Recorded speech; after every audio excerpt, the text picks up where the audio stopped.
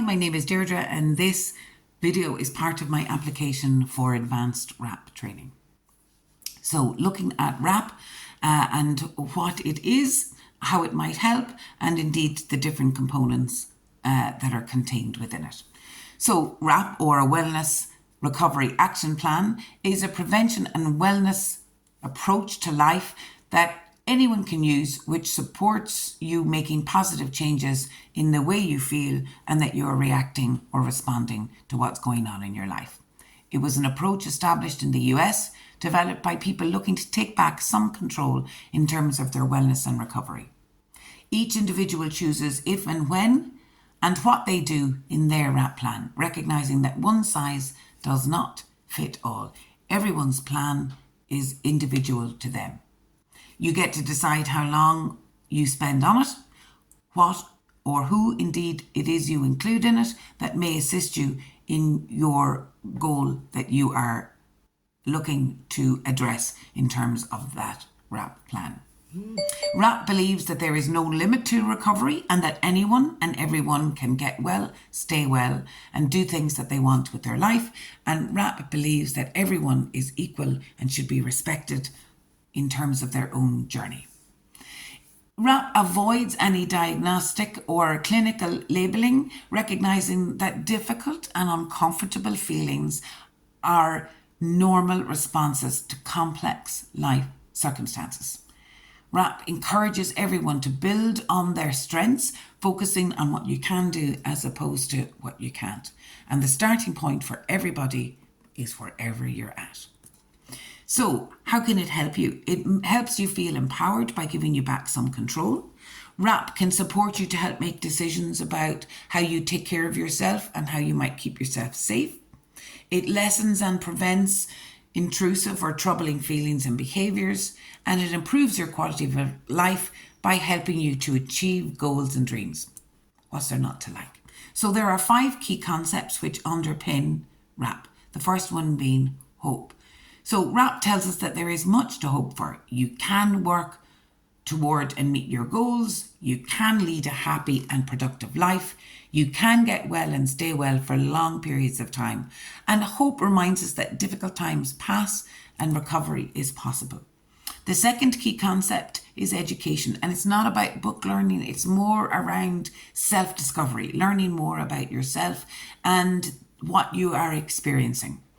So it's about looking at everything from learning more about the treatment you're on or that you would might need, to the relationships that you have in your life, to indeed learning more about your relationship with yourself, looking at things like learning about where you live and how you keep that living space, your leisure time activities, how do you spend your time, is there a good balance, to maybe learning more about career choices that you have in your life, or what might give you a sense of meaning and purpose in your life. The next key concept is one of my favourites, and it is that of personal responsibility. And RAP tells us that you are the expert on yourself. You know what you need and want, and it's up to you to take personal responsibility for your own wellness and your own life. To me, that is extremely empowering. Self-advocacy is our next concept, and it's about going for it with courage, persistence, and determination. Expressing yourself clearly and calmly so you ensure that you get what you need, want, and deserve in terms of your wellness and recovery. So it's about speaking up for yourself, staying informed, knowing your rights, finding support, problem solving, self-determination, and reaching out for help if and when you need it, which takes us to our last key concept, and that is one of support. Although working towards your wellness is your own responsibility, receiving effective support from family and friends can really help to enrich your life, as well as, of course, giving support to others around us. Oftentimes, filling up somebody else's cup fills up your own. We can all benefit from having a good few friends in our life and supporters that we can call on if and when we need help. So wellness toolbox is the next, or the real practical, when we're starting into delivering a WRAP plan. And one of my favorite parts of WRAP, actually. I have a physical toolbox that I share with participants, and some of the things that I always share with them, for instance, is a smelly candle. There's something to me very indulgent about lighting a candle and just allowing those wonderful senses. This one here is a lavender one, and it's one I find really helpful or useful. Another wellness tool that I use is my Kindle. There's nothing like escaping into another world. Maybe when my current one is causing me distress, I can escape in a matter of moments into another world, another time, indeed another galaxy. And one final tool that I always use to help keep me balanced is music. I sing as part of a choir, and it is always something that helps to make me feel much better. Wellness tools are those things that you do to keep yourself well, things that put a smile on your face. And there are things that we explore together. Again, one size doesn't fit all, and everyone's list can be different. The next step in your wellness plan is that of a daily plan. Why do you bother creating a daily plan for yourself? Well, it can give you a sense of control in your life. It ensures that you're using your wellness tools that we've just talked about and making sure that you've built the parts of those into each and every day. Having a plan helps to reduce stress and anxiety. It improves your focus and your organization and your productivity. It helps to keep you focused on a task, and therefore you have less time to worry and stress about things over which you have no control. Having a daily plan, ironically, helps you deal with change, because there are some controls that you have, and at least there are things in your day that you know are going to happen, when they happen, and how it is they happen. So there are 3 simple steps to developing your plan. You ask yourself, what do you look like and how do you act on days that you're well? Exploring those things helps maybe to identify what are those things that I need to do to keep myself feeling that way. The purpose of your WRAP plan is to intentionally think about the things maybe that work for you, so that you will become more aware of your own mental health and help you manage it a little bit better. If you're struggling with thinking about what works for you, you might start with the opposite, and sometimes that can be really useful and helpful. You then look about what are those things that you need to do every day that will help to keep you on track. It might be to ensure that you take your medication, if you're on it, at the same time every day. You could build in something like ensuring that there is time in each and every day where you connect with friends and family, reaching out for that support. It could be building in exercise, so it's walking the dog or attending an exercise class, or even just spending 5 minutes in the garden connecting with nature. There may be days where you need more or less of one thing or another, but again, there are no right and wrong answers, and everyone's plan is different. And finally, you might look at what are those things you need to do to help to reduce stress and help you keep on track. So it may be that you don't need to do some things every day, but it might be something you choose to do once a week, or indeed once a month. Maybe that's a haircut that makes you feel good, or it might be a spa appointment.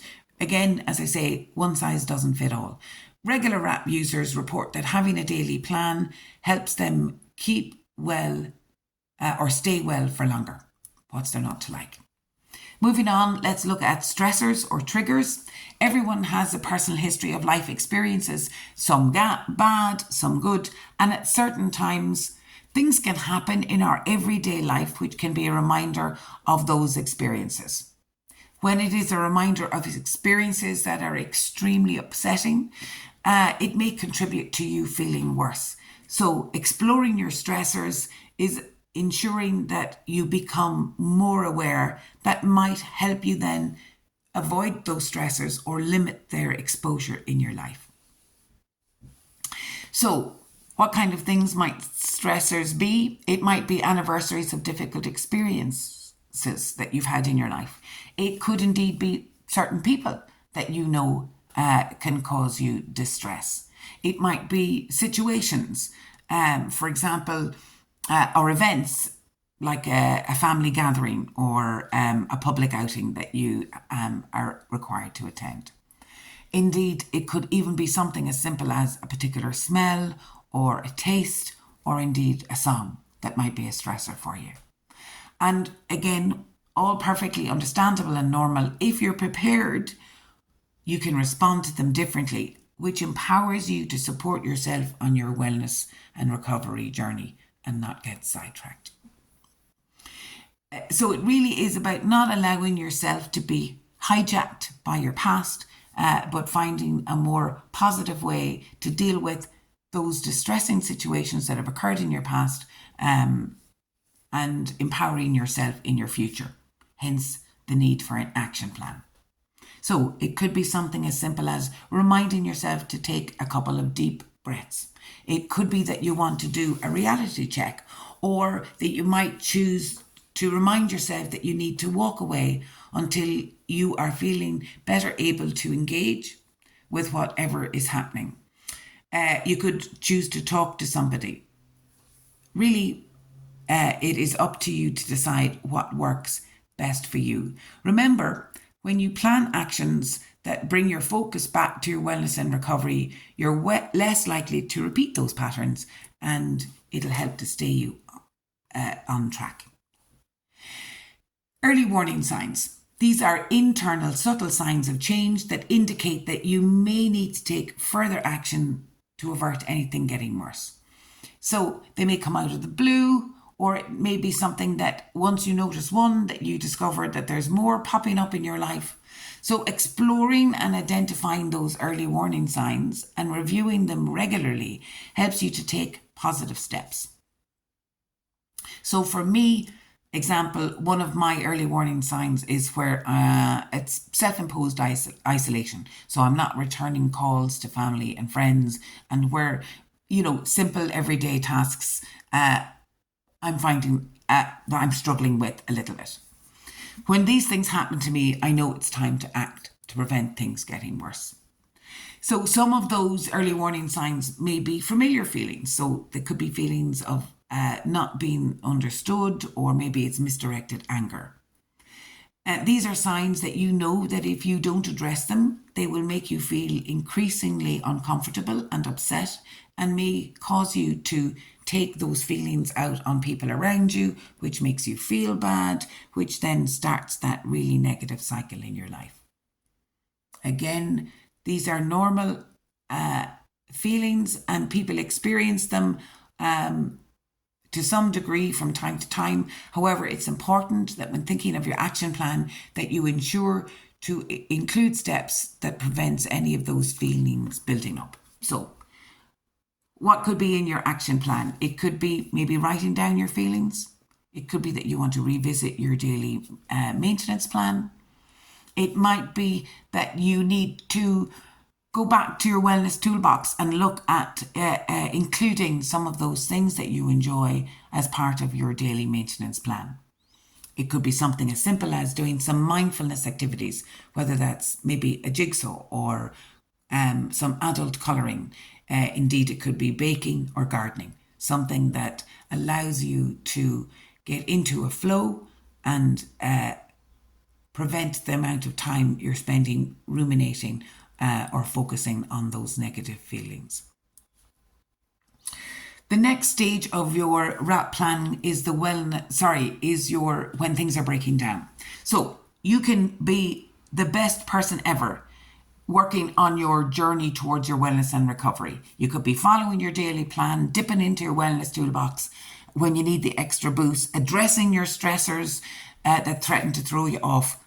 However, you still may discover that there are some early warning signs creeping in. It could be something that happens out of the blue or slowly. So it's important to know how to react or respond to them when they occur. If you find yourself in a position there are still steps that you can take when things are breaking down and getting worse to prevent a full-blown crisis. Taking immediate action can make a difference to the outcome. RAP tells us that you may begin to feel worse. Your situation can be very serious. However, you still have an opportunity to take some action to avoid the crisis. As before, one size doesn't fit all, so don't worry if your signs are similar in terms of when things are breaking down and your early warning signs. Really, it's about looking at the intensity of those feelings or those thoughts and behaviour, or maybe the regularity at which they occur in your life. So when writing your list, can I encourage you to be as clear as possible? Because when things are clear, you have a well-written reminder that can be hugely useful when you find yourself in a situation when things are breaking down. So, as with all previous sections, when looking to create your action plan, you need to give yourself fewer options and list the things that you must do when you find yourself in this particular situation. Your list needs to be decisive action with less choice. So in my situation, when I found that things were breaking down, I needed to seek, as I live on my own, I chose to stay with a family member. You still have the power to choose, even if you're feeling hopeless or think that things are out of control. Your situation may be very dark. In mine it was, and despair had set in. However, I had to remind myself that I could still choose to keep going, not give up. I could choose to ask for help, which I did in terms of going to live with my family member. And I went back and revisited what was in my RAP plan to support me in my wellness and recovery journey.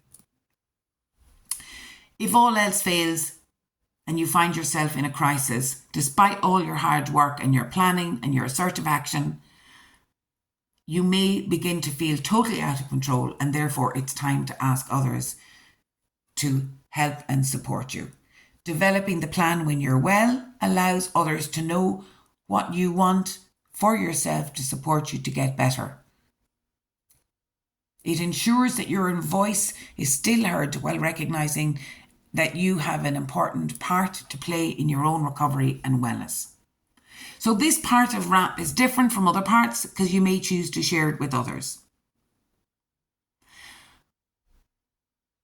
While looking at developing your crisis plan in terms of supporting your mental health, you may need equally to use a crisis plan to address other issues that you might be going through. For example, you might use RAP to support a fall in addiction. So it might be that you've had you've fallen off the wagon, or it may indeed be something that you would use a crisis plan to help manage a health issue, for example, diabetes. So there's a number of different parts to your crisis plan. The first being that you describe what you are like when you're well, because this is a reference point for those who may not have met you before. You list the signs that indicate to others that they may need to take responsibility for your care and make decisions on your behalf. Sometimes when people are in a crisis, they may be dangerous to themselves or others, and this isn't the case for everyone. However, you may find it useful to indicate how you might like your supporters to respond to you if you were to be a danger to yourself or others. You may list the people that you want to take over. So this may include family or friends or care providers who might you like to support you and advocate on your behalf when you are in that crisis. Make sure to include their contact details, and equally it may be important to include people that you would prefer were not part of your crisis recovery, as they may well be a stressor for you. It's important that you list any medication that you're on or that you're allergic to, and indeed it's important to keep that list updated as your medication changes. List treatments that you would like and those that you would like to avoid. be as specific as possible so people supporting you will understand what you would like them to do. It might be particular foods that you'd like to eat, or indeed places that you would like to be taken to that you know would help you feel better. Treatment facilities, if that is where you're at, and respite options might be something that you might include in your crisis plan. It's your plan, so don't be afraid to be as directive as possible. It might be simple things like you can only sleep with the light on, or that you like a particular pillow. So be as specific or as detailed as you know you need to be to have those things around you, or those supports that you know that will make you feel better. You might need to include help from others. It may be different people for different roles. For example, someone might walk the dog, another person might water the plants, or take over paying your bills for you. And finally, the last piece of your crisis plan is when your supporters no longer need to use the plan. It can often be difficult for family members to trust the fact that you are well enough to look after yourself again. And indeed, it may be something that's incremental. So it is important to include those signs and symptoms that you know that you are feeling better and that you need less support. Once the crisis has been averted or managed, it may be useful to revisit your crisis plan, deleting or updating, including additional information or people or therapies that you know worked for you. Remember, it's your RAP plan. It is a living, breathing document, and therefore constantly changing as you are yourself. And finally, the post-crisis planning. This is a time when you're healing from a crisis, and it's very important. You thinking about this time before you have the crisis, and perhaps giving it more attention after you start to feel better, will help you have an easier time recovering and moving on. You may wish to reassess some of the goals that you set in your original plan. For example, looking at improving your self-esteem. It might be linking into a peer support group. It might be looking at your work career options, or indeed seeking additional support for trauma recovery. Remember, your RAP is yours, no right or wrong answers, and a really useful living, breathing tool.